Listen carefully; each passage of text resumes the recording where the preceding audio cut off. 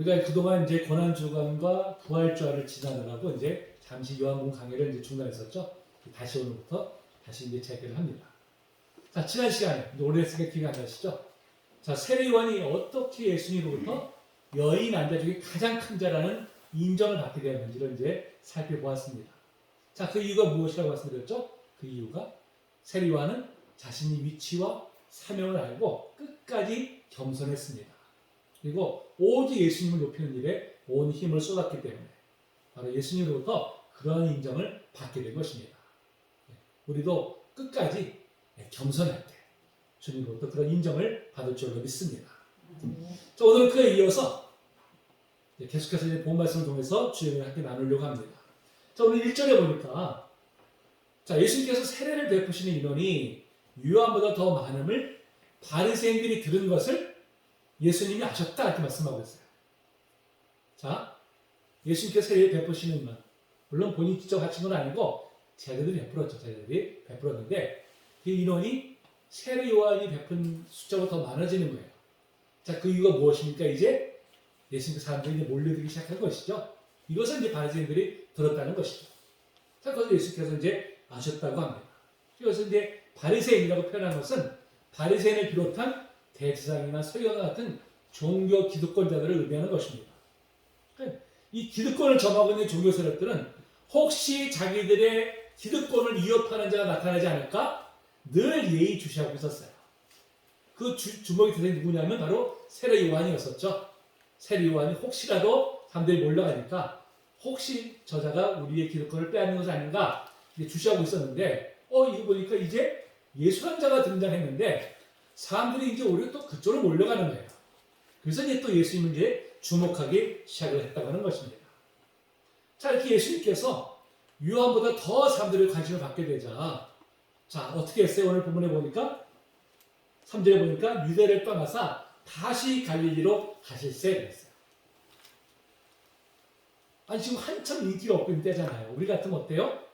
야, 인기를 얻고 있는 이때 더 사람들이 인기를 끌자. 이게 바로 이제 우리가 가지고 있는 속성일 텐데 오히려 예수님은 사람들이 인기를 끌고 주목을 받게 되니까 오히려 그것을 떠나서 이제 갈릴리로 이제 가시겠다는 거예요. 사실 예수님을 따르는 제자들 입장에서는 선뜻 이해하기가 좀 어려웠을 것입니다. 우리도 마찬가지죠. 이왕이면 그곳에서 더 많은 사람들을 귀합을 하면 복음 전파하기도 쉬울 텐데 왜 그것을 떠나실까? 이게 우리가 의문점을 갖게 되죠. 그런데 예수님의 모습은 비단 이때만이 아닙니다. 자, 이 말씀 한번 읽어볼까요? 자, 시작. 모든 사람은 여자와 어린이 외에 5,000명이나 되었더라. 예수께서 즉시 제자들을 재촉하사 자기가 무리를 보내는 동안에 배를 타고 앞서 건너편으로 가게 하시고 자, 5명 이하의 기적을 행하셨어요. 많은 사람들이 기대를 한껏 받게 되었습니다. 그런데 예수님은 어떻게 하셨어요? 오히려 사람들을 막 보내는 거예요. 제자들도 막 재촉해가지고 바다 건너를 이제 건너가게 하십니다. 사실 같은 사람들은 많은 사람들 어떻게 인기를 얻게 되면 어떻게 돼요? 거기 현혹되기 쉽잖아요. 마치 자신이 대단한 사람이 된 것 양 의기양양하기가 쉽습니다. 근데 예수님은 결코 그런 것으로 현혹되지 않으셨어요. 오히려 사람들이 인기를 받을수록 어떻게 해요? 오히려 주목받는 것 자체를 피하셨어요. 일부러. 자, 왜 그럴까요? 바로 사람으로부터 높이 받는 것 자체를 기뻐하지 않으셨기 때문입니다. 자, 이 누가복음 16장 말씀 읽어볼까요? 시작. 예수께서 이르시되 너희는 사람 앞에서 스스로 옳다는 자들이나 너희 마음을 하나님께서 아시나니 사람 중에 높이를 받는 그것은 하나님 앞에 미움을 받는 것이니라. 아멘. 자, 왜 사람들 앞에 높이를 받는 것을 하나님께서 미워하실까요? 무엇 때문에? 하나님께서 질투하셔서 그럴까요? 질투하셔서? 우리라면 그렇죠. 우리라면 누가 나보다 더 인기 얻으면 어떻게 돼요? 질투하잖아요. 시기하고. 그런 애를 하고. 하나님은 그런 분은 아니시니까요. 왜 그럴까요? 바로 하나님이 앉으실 그 자리를 사람이 떡하니 앉기 때문에 그런 것이죠. 그렇죠? 그럼 사람부터 이 높이를 받게 되면요. 대부분은 사실 자칫 우쭐해집니다. 교만해지기 쉽잖아요. 자, 교만한 사람들의 특성이 있습니다. 특색이. 타인을 낮게 여기거나요. 경멸하기까지 하고 무시하는. 그로 인해서 타인의 상처를 잘 줘요. 교만한 사람들이. 그래서 인간관계를 원하지 못한 그런 특성들을 다 가지고 있습니다. 교만이 극치에 달하면 어디까지 갈까요? 어디까지? 하나님같이 되려고 하죠. 하나님같이. 여러분, 뱀이 하와에게 뭐라고 욕했어요? 뭐라고? 너희 이것을 먹는다면 너희 눈이 밝아져 하나님같이 돼요. 그러니까 인간이 교만의 극치는 바로 하나님같이 되려고 하는 것입니다. 결국 이로 인해서 인간은 죄의 나락에 떨어지고 말았어요. 이 고통을 지금 우리가 겪고 있는 것입니다. 그래서 잠언 기자는 교만에 대해서 이렇게 이제 경고를 하고 있어요. 자, 읽어볼까요? 시작. 교만은 패망의 선봉이요 교만한 마음은 넘어짐의 앞장입니다. 아멘. 사람들 높이 받게 되면 막 교만해져가지고 뭐 그냥 하늘 높은 줄 모르고. 하지만 어떻게 해요? 패망의 선봉이라 했어요. 넘어짐의 앞장이라 했습니다. 그래서 우리 무엇보다도 우리 마음 안에 교만이 자리 잡지 못하도록 우리는 늘 유념해야 됩니다. 하나님 앞에 우리가 끝까지 겸손할 때 우리가 하나님의 사랑을 받게 될 줄로 믿습니다. 자, 이렇게 예수님께서 사람들의 주목을 받게 되자, 자, 그것을 떠나서 이제 갈릴리로 내려가십니다. 근데 오늘 4절에 보니까 갈릴리로 가시는데 사마리아를 통과하여야 하겠는지라 이렇게 말씀하고 있어요. 자, 여기서 이 통과하여야 하겠는지라는 반드시 그렇게 해야 된다는 의지를 담고 있어요. must. 의지를 담고 있습니다. 그냥 해도 되고 안 해도 되는 것이 아니라 반드시 사마리아를 통과하시겠다는 거예요. 근데 우리가 이제 여기서 우리가 의문점을 갖게 됩니다. 자, 지도를 한번 볼까요? 지도를. 자, 예루살렘이 저 밑에 있잖아요. 지도상으로는 밑에 있고요. 갈릴리가 저 북쪽에 있습니다. 북쪽에 있어요. 그러면 직선거리가 어디로 지나가야 돼요? 사마리아를 지나가야 되잖아요. 사마리아를. 그래서 사람은 어느 길을 가든지 이야기는 직선길로 가잖아요. 그렇죠? 직선길로 가야 빨리 가니까. 그러면 당연히 사마리아를 지나가야 되는데 왜 의지를 가지고 내가 반드시 사마리아를 지나가야 되겠다 이렇게 성경은 표현을 하고 있는 것일까요? 자, 우리가 이 말씀을 이해하기 위해서는 그 당시의 시대적인 배경을 우리가 알아야 되죠. 배경을. 자, 솔로몬 사후에 이스라엘은 남유다와 북이스라엘로 이제 갈라지게 되죠. 북이스라엘이 이제 우상 숭배를 하다가 하나님의 심판을 받게 돼요. 근데 아수르에 의해서 나라가 이제 멸망당하게 됩니다. 이 아수르라는 나라가 이 정책이 아주 잔혹했었어요. 그래서 어느 나라를 점령하든지 그 나라 사람들을 강제로 다른 곳으로 이주시켜버립니다. 그리고 다른 지역에 있는 사람들을 또 강제로 그곳으로 이주시켜요. 그래서 서로 막 혼인하게 만들어요. 왜? 민족의 정치성을 잃어버리게 만들어서 자기들한테 대항하지 못하도록 하기 위해서 이제 그런 정책을 폈어요. 그러니까 아수르가 북이스라엘을 점령하면서도 똑같은 정책을 폈어요. 북이스라엘에서 거주하던 상당 사람들을 다른 지역으로 다 흩어버리고 다른 지역의 사람들을 또 강제로 또 북이스라엘 지역으로 또 이렇게 이주하게 만들어버려가지고 서로 혼인하게 만들었어요. 그러다 보니까 어떻습니까? 그야말로 혼혈이 돼버린 거고요. 민족적인 정치성을 이제 잃어버리게 된 것이죠. 근데 그 당시는 어떻습니까? 다른 민족이 섬기고 있는 우상들이 어떻게 돼요? 그 과정을 통해서 많이 유입이 된 것이죠. 그나마도 이제 여호와 신앙의 명맥을 유지하고 있었는데 다른 나라 사람들이 막 이주하다 보니까 온갖 우상들이 다 돌아버린 거예요. 그러니까 여호와 신앙이 이제 본질을 잃어버리게 된 것이죠. 근데 뿐만 아니라 훗날 이제 바벨론에서 포로로 돌아오자는 유다 사람들이 돌아와서 이제 예루살렘 성전도 건축하고 또 예루살렘 성벽도 다시 재건을 하는데 그때마다 그것을 회방한 민족이 누구냐면 사마리아 사람들이었어요. 사마리아 사람들이 자기들이 갖고 있었던 기득권을 잃어버릴까봐 그거를 이제 모함을 하고 일부러 또 회방을 하고 하여튼 이렇게 방해를 했었습니다. 게다가 이제 또 이 북이스라엘에 이제 그리심 산이 있어요. 그리심 산에다가 사마리아 성전을 건축합니다. 자, 하나님 믿는 신앙은 예루살렘 성전을 중심으로 해서 이루어졌었잖아요. 그리고 유대 이제 사람들이 포로에 돌아와서 예루살렘 성전을 다시 재건했었습니다. 그런데 이 사마리아 사람들은 부득 자기들만의 성전을 따로 만들어버린 거예요. 그러니까 이제는 완전히 서로 다른 길을 이제 걸어가게 된 것이죠. 자, 이로 인해서 이제 유대인들은 북이스라엘 이 사마리아 사람들은 어떻게 했어요? 아주 경멸을 했어요. 아예 이제는 상정조차 하지 않았습니다. 저들은 아예 이제 동족이 아니라 이방인처럼 그렇게 이제 취급을 하는 것이죠. 그래서 그 당시에 어떤 랍비의 기도문에 이런 기도문이 있다고 그래요. 하나님 아버지여, 하나님이 이 세상 사람들을 부활시킬 때 사마리아 사람들은 하나도 일어나지 못하게 하옵소서. 그 기도문에 그런 기도문이 있다고 해요. 나중에 하나님께서 부활시키실 때 저 사마리아 사람들은 한 사람도 일어나지 못하도록 그렇게 해달라고 이제 간구하는 그 정도로 이제 사마리아 사람들을 아예 그냥 경멸시했던 것이죠. 그래서 이 예루살렘과 갈릴리 지방을 오갈 때 사마리아 지역이 이게 일직선이니까 제일 지름길이잖아요. 그럼에도 불구하고 그 길을 지나가지 않고요. 요단강을 건너서 북쪽으로 올라가다가 다시 요단강을 건너서 갈릴리를 가는 이런 이제 코스로 이제 사람들이 여행을 하고는 했었습니다. 자, 그렇다면 예수님께서 다른 유대인들과 달리 의지적으로 사마리아를 통과하신 이유가 무엇일까요? 우리가 너무 잘 알고 있죠? 바로 이 사마리아 여인을 만나서 그를 구원하기 위해서죠. 그 궁극적으로는 사마리아 사람들을 구원하기 위해서 바로 이제 이 길을 간 것입니다.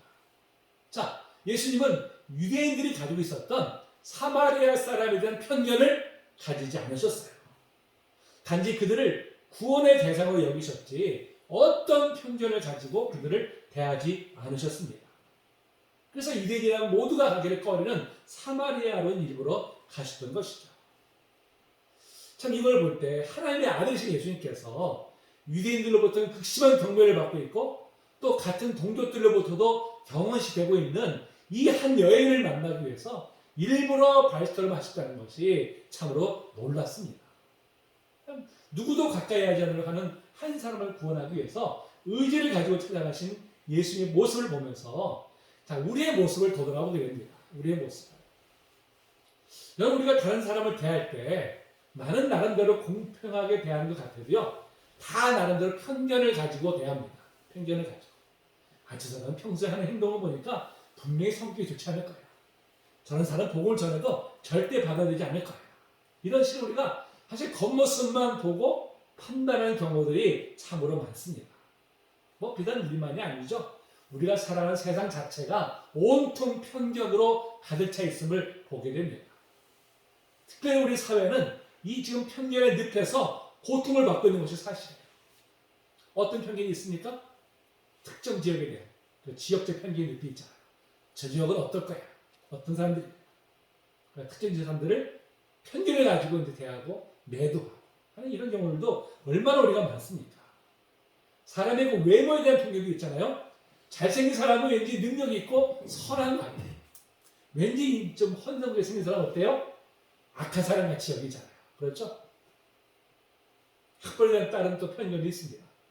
인류학교를 나온 사람은 인격까지도 좀 올바른 것처럼 그런 우리가 이제 편견을 우리가 가지고 있어요. 여러분, 심지어 교회에 대한 편견도 있습니다. 왠지 큰 교회를 다니면 왠지 믿음이 좋은 것 같아요. 장교회 다니면 왠지 믿음이 좀 부족한 것 같아요. 이런 편견 또한 우리가 이제 가지고 있는 것이죠. 물론 불완전한 인간이기 때문에 사람들이 사는 사회에 편견이 없을 수는 없습니다.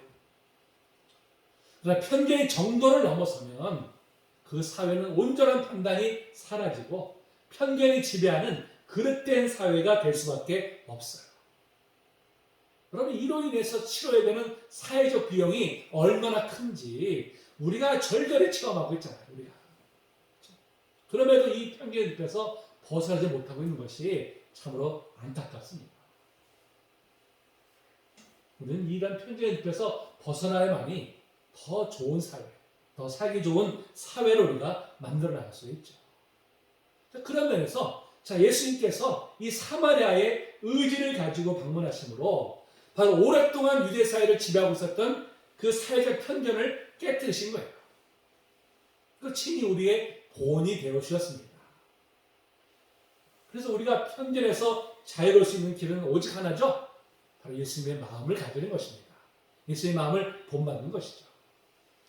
우리도 예수님을 본받아서 이 편견을 벗어나서 다른 사람을 있는 그대로 바라볼 줄 알고 존중할 줄 아는 그것이야말로 정말 성숙한 인격이 아닙니까? 그것이야말로 우리가 그리스도인들이 가져야 될 바로 성숙한 모습인 줄로 믿습니다. 자, 이제 예수님께서 사마리아에 있는 이제 수가라고 하는 동네에 이르시죠.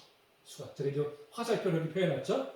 수가성은 이제 야곱이 요셉에게 준 땅과 가깝고 에발산 주변에 있는 이제 그런 작은 마을입니다. 자, 이곳에 이제 이르신 예수님께서 곧장 이제 우물 곁으로 가시죠. 거기 앉으십니다. 자, 6절에 보니까 야곱의 우물이 있더라. 예수님이 길 가시다가 피곤하여 우물 곁에 그대로 앉으시니 때가 여기서 지점 되었더라. 자, 이제 여기서 예수님께서 피곤하여라는 문장이 눈에 들어오죠. 여러분, 사람이 오래 걷게 되면 어떻게 돼요? 당연히 피곤하잖아요. 그건 너무나 당연한 것입니다. 하나도 이상할 것이 없어요. 그런데 하나님의 아들이신 예수님께서 피곤하시다고 하니까 왠지 우리가 좀 의아한 생각이 듭니다. 아니, 하나님의 아들이신데 어떻게 우리가 똑같이 피곤함을 느끼실까? 자, 이것은 뭘 의미합니까? 바로 예수님께서 이 땅에 계시는 동안은 철저하게 인성을 따르셨음을 뜻하는 것이죠. 인성을 따르셨다는 것은 뭡니까? 우리가 가지고 있었던 모든 연약함을 예수님도 동일하게 가지고 계셨다는 것이죠. 우리 연약함, 슬픔, 아픔, 고통 이것을 똑같이 겪으셨다는 것입니다. 여러분, 그래서 주님은 우리를 너무나 잘 아세요. 친히 겪어보셨기 때문에. 그렇죠? 또한 우리를 너무나 잘 아시기 때문에 우리를 능히 도와줄 수 있으십니다. 자, 히브리서 4장 15절 16절 말씀이죠. 자, 읽어봅니다. 시작. 우리에겐 대제사장은 우리의 연약함을 동정하지 못하시리라며 모든 일에 우리와 똑같이 시험을 받으시니로되 죄는 없으십니다. 그러므로 우리는 긍휼하심을 받고 때를 따라 돕는 은혜를 얻기 위하여 보좌 앞에 담대히 나아갈 것입니다. 아멘. 여러분, 우리가 연약할 때 누군가 나의 아픔을 알고 공감을 준다면 참 큰 위로가 되지 않습니까? 하나님의 아들이신 예수님께서 우리 연약함을 아시고 우리의 아픔을 아신다면 여러분, 이게 우리에게 있어서 얼마나 큰 위로가 되는지 모릅니다. 사람은 때로 우리를 실망시키기도 하지만 주님은 결코 우리를 실망시키지 않으십니다. 때를 따라 돕는 은혜를 베풀어 주십니다. 나를 나보다 더 잘하시는 바로 주님께 모든 것을 의탁함으로 바로 주님의 위로하심과 때를 따라 돕는 은혜를 누리시는 우리 성도님 되시기를 주님으로 축복합니다. 자, 예수님께서 이제 우물가에 오셨다는 것은요, 참 큰 의미가 있어요. 이 구약 성경을 보니까요, 역사는 어디서 일어날까요? 우물가에서 일어나요. 우물가에서. 자, 아브라함의 명에 의해서 이삭의 아내를 얻기 위해서 종이 떠나잖아요. 그렇죠? 그 이삭의 아내 된 리브가를 어디서 만났습니까? 우물가에서 만났잖아요. 우물가에서. 그렇죠? 야곱이 형 에서를 피해서 하나로 도망할 때 처가 되는 라헬을 어디서 만났어요? 우물가에서. 모세가 바로를 피해가지고 미디안 광야로 도망했을 때 그 처된 십보를 어디서 만났어요? 우물가에서. 그렇죠? 성경을 보니까 역사는 다 어디서 일어나요? 우물가에서. 자, 이걸 볼 때, 자, 예수님께서 우물가에 앉으셨다는 것은 뭐예요? 아, 큰 역사가 일어나겠구나 하는 것을 우리에게 이제 암시하고 있는 것이죠. 암시. 그럼 어떤 역사를 할까? 요한 스토치 봅니다. 자, 주님께서 우물가에 앉으실 때가 시간이 언제예요? 6시. 이 6시라는 것은 로마 시간을 가리키는 것입니다. 로마 시간. 당시 로마 시간은요, 현재 우리 시간하고 비교하려면 플러스 6을 하면 돼요. 플러스 6. 그러니까 6시는 우리로 시간 언제예요? 12시에 정오. 그렇죠? 가장 더울 때입니다. 가장 더울 때. 자, 이때 한 여인이 자, 물을 기는 우물가로 나왔어요. 여러분, 우리가 한여름에 날 12시면 너무 뜨거우니까 활동을 안 하잖아요. 제가 군에 있을 때도 이제 제 기억이 점심 먹고 나면 전부 다 오침 시간이 있었어요. 1시간 동안. 무조건. 너무 더우니까 뭐 훈련이고 뭐고 하지 못하는 거예요. 하물며 이 사마리아 지역은 워낙 뜨거운 지역입니다. 그것도 한낮 12시에 그때 시간이면 전부 다 그늘에 쉬거나 옷을 즐기고 있을 그런 시간이에요. 그런데 그런 시간에 물을 길러 나왔다는 것입니다. 뭐를 의미할까요? 이 여인은 사람들이 다 나오지 않는 그런 시간을 일부러 택해서 이 우물가에 나왔다는 것을 우리가 이제 알 수가 있는 것이죠. 자, 그렇다면 이 여인이 왜 남들이 모두 꺼리는 이 시간에 우물가로 나온 것일까? 그럼 도대체 이 여인은 어떤 사람일까요?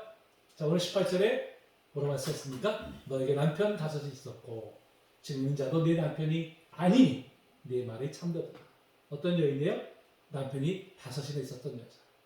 지금 동거하는 남자도 정신 남편이 아닌 그런 사람이에요.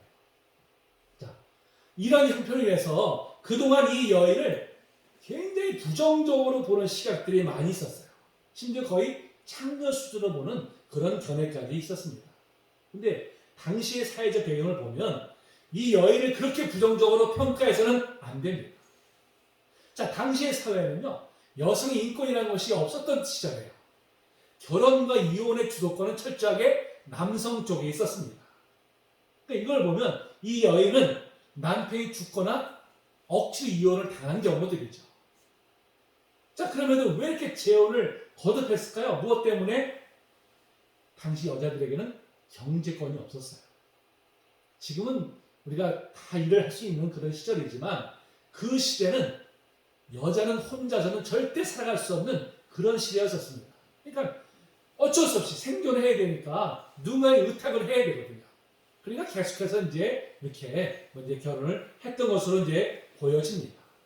근데 자, 지금 사는 사람은 남편이 아니다. 이렇게 말씀하신 것은 뭘 말할까요? 지금 사는 남자가 결혼 관계를 인정해주지 않는 거예요. 어쩔 살긴 살아야 되니까 어쩔 수 없이 지금 이제 같이 살고 있는 바로 이제 그런 실정인 것이죠. 자, 이걸 보면 이 여인은 결코 부도덕한 사람이 아니라 동시에 당시의 사회적인 환경이나 관습에 의해서 고통을 받고 있는 바로 이제 가해온 사람으로 보는 것이 타당합니다. 자, 그럼에도 사람들은 이 여인에 대해서 동조하기는커녕 도리어 지독한 편견을 가지고 부도덕한 사람으로 이제 대하고 있었어요. 동네 사람들은 이 여인에 대해서 왕따를 시키고 뒤에서 뭐 수근수근대고 뭐 손가락질을 했죠. 그러니까 그런 시각이 싫으니까 이 여인이 어떻게 했어요? 밖에 나와 사람들을 만나는 것 자체를 아주 이제 두려워했죠. 그러니까 이 사람들이 나오지 않는 가장 뜨거운 이 시간에 이 택해서 바로 이제 물을 길러 나온 것입니다. 이런 점을 살펴볼 때, 자, 동네 사람들조차도 멀리하고 경멸했던 이런 사람을 만나기 위해서 예수님께서 이곳까지 때를 맞춰서 일부러 찾아오신 것을 알 수가 있습니다. 이 여인이 어떤 사람이에요? 유대인의 경멸을 받는 사마리아 사람 아닙니까? 게다가 같은 사마리아 사람들에게까지 경멸을 받던 이 여인인데 예수님은 일부러 찾아오셨어요. 참 주님의 우리가 공생에 보면은 주님이 결코 높은 사람들을 찾아가지 않으셨어요. 사람들부터 인정받는 사람들을 찾아다니지 않으셨습니다. 뭐 돈이 많은 부자들도 찾아가지 않으셨어요. 예수는 누굴 찾아가셨어요? 사람들부터 멸시당하고 소외되고 상처가 많은 사람들을 찾아가셨습니다. 가진 것 없고 누릴 것이 없는 그런 사람들을 찾아다니셨어요. 그런데 예수님께서 이렇게 행하신다는 것은 이미 이사야 선지자가 예언한 바가 있습니다. 자, 이 말씀 읽어볼까요? 자, 시작. 주 여호와 영이 내게 내리셨으니 이는 여호와께서 내게 기름을 부으사 가난한 자에게 아름다운 소식을 전하게 하려 하십니다. 나를 보내사 마음이 상한 자를 고치며 포로된 자에게 자유를 갇힌 자에게 노임을 선포하며 여호와의 은혜의 해와 우리 하나님의 보복의 날을 선포하여 모든 슬픈 자를 위로하되. 아멘. 이사야 61장은 바로 메시아가 오셨을 때 어떤 일을 하실 것인지를 이제 예언한 그런 말씀이죠. 자, 이 메시아가 어떤 일을 합니까? 가난한 자에게 아름다운 소식을 전하기, 마음이 상한 자를 고치고 포로된 자에게 자유를, 갇힌 자에게 노임을, 슬픈 자를 위로하는 일. 이것이 바로 예수님이 행하시는 일이죠. 바로 이사야 선지자가 예언한 대로 예수님은 그렇게 행하셨어요. 이 땅에. 주님께서 그런 사람들을 찾으셨기 때문에 바로 저와 여러분들을 찾아오셔서 만나주셨어요. 여러분, 이것이 얼마나 놀라운 은혜입니까? 세상 사람들은 누군가를 찾아가면 어떻게 돼요? 이왕이면 높은 사람, 나에게 뭔가 유익이 될 수 있는 사람 찾아다니잖아요. 근데 예수님은 오히려 우리같이 보잘것없는 그런 사람들을 찾아오셔서 우리를 만나주셨습니다. 자, 이렇게 우물가에서 여인을 만난 주님이 물을 달라고 이제 요청을 하죠. 그러니까 여인이 뭐라고 했어요? 아니, 당신은 유대인으로서 어찌 사마리아 여인 나한테 물을 달라느냐 이렇게 이제 의아해하죠. 자, 그렇게 묻는 이유에 대해서 요한복음 4장 9절에서 뭐라고 표현합니까? 이른 유대인이 사마리아인과 상종하지 아니하리라. 자, 그 이유에 대해서는 앞에서 이제 말씀드린 바 있죠. 자, 이렇게 여인이 의아해하니까 예수님은 뭐라고 말씀하셨어요? 여인한테 물을 달라고 하는 사람이 누구인지를 알았더라면 오히려 네가 나에게 물을 달라고 요청했을 것이다 이렇게 말씀하세요. 근데 그 말씀은 정말 뜬금없는 말씀이죠. 여인 입장에서는 선뜻 이해하기 어려운 말씀이었어요. 아니, 금방 자기한테 물을 달라고 하는 사람이 갑자기 물을 주겠다고 하니까 이게 도대체 무슨 소리야 이렇게 이제 의아하기 마련이죠. 그러니까 이제 12절에서 이렇게 하죠. 물 기를 그릇도 없고 우물도 깊은데 당신이 그 생수를 어디서 얻겠어 하는 말이죠. 그냥 한마디로 표현한다면 무슨 말이에요? 말도 안 되는 소리 하지 말라는 말이죠. 말도 안 되는 소리. 아니, 지금까지 나한테 금방 물을 구한 사람이 어떻게 물을 주냐는 것이죠. 자, 그때 예수님께서 뭐라고 말씀하셨습니까? 자, 14절 다시 한번 읽어볼까요? 시작. 대답하여 이르시되 이 물을 마시는 자마다 다시 목마르려니와 내가 주는 물을 마시는 자는 영원히 목마르지 아니하리니 내가 주는 물은 그 속에서 영생하도록 솟아나는 샘물이 되리라. 아멘. 자, 예수님 여인한테 영원히 목마르지 않는 영생의 샘물을 주겠다고 이제 말씀을 하십니다. 그러면 예수님이 주시고자 했던 약속하신 이 목마르지 않는 샘물은 뭘 의미할까요? 당연히 우리가 먹는 물을 가리키는 것은 아니죠. 영적인 의미가 담겨져 있잖아요. 두 가지 말씀드릴 수 있는데요. 하나는 바로 구원을 의미합니다. 구원. 자, 이사야 40편 시절 보니까 그들이 줄거나 목마르지 아니할 것이며 더위와 볕이 그들을 상하지 아니하리니 이는 그들을 긍휼히 여기는 이가 그들을 이끌되 샘물 근원으로 인도할 것입니다. 자, 이사야 40편 말씀은 바로 바벨론에서 포로로 끌려간 이스라엘 백성들을 구원하시겠다고 하시는 하나님의 약속의 말씀이에요. 자, 이를 볼 때, 자, 샘물은 뭘 의미할까요? 구원을 의미하는 것이죠. 구원을 의미하는 것이죠. 바로 예수님 우리에게 뭘 주신 분이십니까? 구원을 주신 분이세요. 영생을 주신 분이십니다. 오직 우리는 예수님으로 말미암아 우리가 구원을 얻고 영생을 얻는 줄로 믿습니다. 자, 둘째는 바로 영적인 갈증을 해결시켜 주시겠다는 의미예요. 여러분, 물은 목마름을 해결시켜 주잖아요. 더울 때 정말 그 시원한 물 한 잔을 쫙 들이키면 어떻습니까? 그냥 마음까지 다 상쾌하잖아요. 마음까지. 피로가 싹 가진 것 같잖아요. 근데 그동안 이 여인은 영적으로 늘 갈급해 왔었어요. 자, 그거 살았던 인생 자체가 얼마나 험난했던 삶입니까? 세상에 5번이나 결혼할 수밖에 없었던 삶이야말로 정말 험난한 삶이죠. 게다가 누구도 자신의 처지를 좀 이해하고 품어주는 사람 하나도 없이 온통 자신을 경멸하고 손가락질하는 그런 사람들 틈에서 그동안 겪어 있었던 그런 외로움, 상처, 말로 할 수 없는 고통이었을 것입니다. 그래서 이러한 갈급한 심령을 해결시켜 줄 그 어떤 존재나 그런 말씀을 사모했지만 누구도 해결시키지 못했었어요. 늘 그냥 타는 목마름으로 고통을 받고 있었어요. 그러니까 주님께서 영원히 목마르지 않는 샘물을 주시겠다고 하는 것은 바로 여인이 겪고 있는 이 타는 목마름을 해결시켜 주시겠다는 것입니다. 자, 그러면 주님은 어떻게 이 여인의 타는 목마름을 해결시켜 주실까요? 먼저는 생명의 말씀으로 해결시켜 주시죠. 우리 예수님은 생명의 말씀이시잖아요. 인간의 모든 근원적인 문제들을 치료해 주시는 분이십니다. 그래서 우리는 말씀을 가까이 할 때 우리는 인생에 해결되지 않는 그 고통을 주던 모든 문제에서 우리가 자유롭게 되는 것입니다. 다음으로는 이 여인의 존재 자체를 인정해 주심으로 해결시켜 주십니다. 자, 누구도 가까이 가를 꺼려했던 이 여인을 의지를 가지고 만나 주신 것 자체가 이 여인에 대한 편견이 없이 그 존재 자체를 귀하게 여기고 있다는 반증이 되는 것이죠. 그렇잖아요. 얼마나 귀하게 여기셨으면 일부러 거기 가셨겠어요. 얼마나. 제가 좋은 생각이라는 월간지를 보고 있는데요. 4월에 보니까 이런 글이 실려 있습니다. 태어날 때부터 외소증, 난장이죠. 외소증을 가진 이 글쓰니까 이로 인해서 많은 상처를 받고 이제 성장하게 되었습니다. 어느 날 이 친구와 같이 길을 걸어가는데 누군가 그를 가리켜서 아유 키가 작아서 참 불쌍하네 이런 말 하는 게 들렸어요. 주인공은 자기도 자기지만 자기같이 이렇게 정말 보잘것없는 사람과 같이 다니는 친구 또 민망해할까봐 친구한테 미안한 마음이 들었어요. 그래서 이제 친구한테 미안하다 이렇게 이제 사과를 했습니다. 그러니까 친구가 이렇게 말했다고 해요. 야, 체격이 작은 것은 네 잘못이 아니야. 그러니 너는 누구에게도 사과하지 않아도 돼. 너는 이미 너야.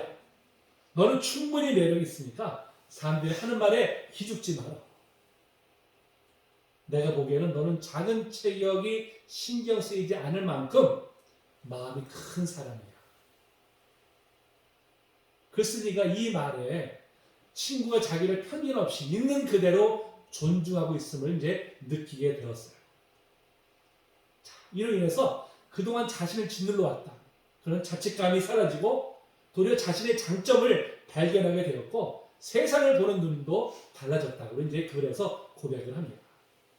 여러분 친구의 그 편견 없이 바라보는 시선만으로도 그 마음이 열등함이 사라지고 자긍심을 가지는데 하나님의 아들이신 예수님께서 우리를 편견 없이 있는 그대를 존중해 주신다면 우리는 얼마나 우리 자신에 대해서 자긍심을 가질 수 있겠습니까? 사실 우리가 표현은 안 하지만 누구나 다 자기 나름대로의 열등감을 가지고 살아가요. 때로는 그 열등감에 인해서 스스로를 틀에 가다 놓은 채 그 안에서 고통을 당하기도 합니다.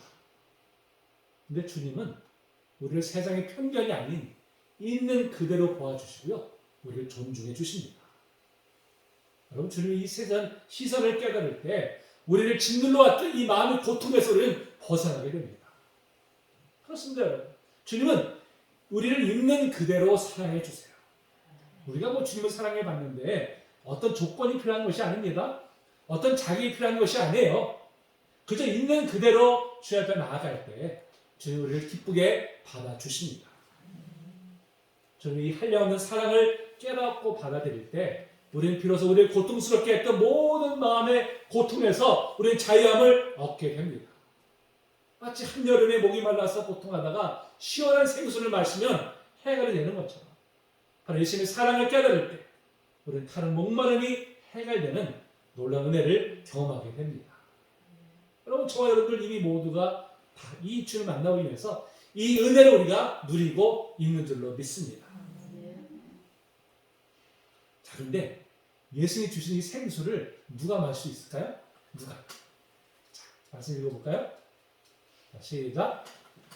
네가 그에게 구하였을 것이요 그 생수를 내게 주었으나 주여 앞에서 이같이 말씀하셨느니라. 그래도 이스라엘 족속이 이같이 자기들에게 이루어 주기를 내게 구하여야 할지라. 아멘. 누구가에게 이 생수를 주세요? 구하는 자에게, 그렇죠? 구하는 자에게, 그렇죠? 예수님이 생수의 근원이 되심을 믿고 간구하는 사람들에게 예수님은 생수를 주십니다. 아무리 주님께서 우리를 위해서 좋은 것을 준비했을지라도 믿음으로 간구하지 않으면 우리는 그것을 결코 누릴 수가 없어요. 오직 믿음으로 간구하는 사람에게 주님께서 이 한량의 은혜를 베풀어 주십니다. 이 주님의 은혜를 믿음으로 간구함으로 주님이 주시는 영원한 샘물을 받아 마시는 우리 성도들 되시기를 축복합니다. 말씀 마치겠습니다. 주님께서는 타는 목마름으로 고통당하고 있었던 이 사마리아 여인에게 영원히 목마르지 않는 생수를 주시기 위해서 일부러 찾아가셔서 그를 만나주셨습니다. 여러분 그 주님이 바로 저와 여러분을 찾아오셔서 우리의 타는 목마름을 해결시켜 주시기를 원하세요. 여러분 지금 우리 영원한 샘물에 그려 계시는 자 예수님을 마음에 모시고 살아오고 계십니까? 아멘? 아멘. 우리 예수님을 정말 마음속에 꼭 모심으로 이 영적인 갈급함이 해소되고 정말 참된 만족감을 누리는 그런 인생을 살아가는 우리 모두가 되기를 주님의 이름으로 축복합니다.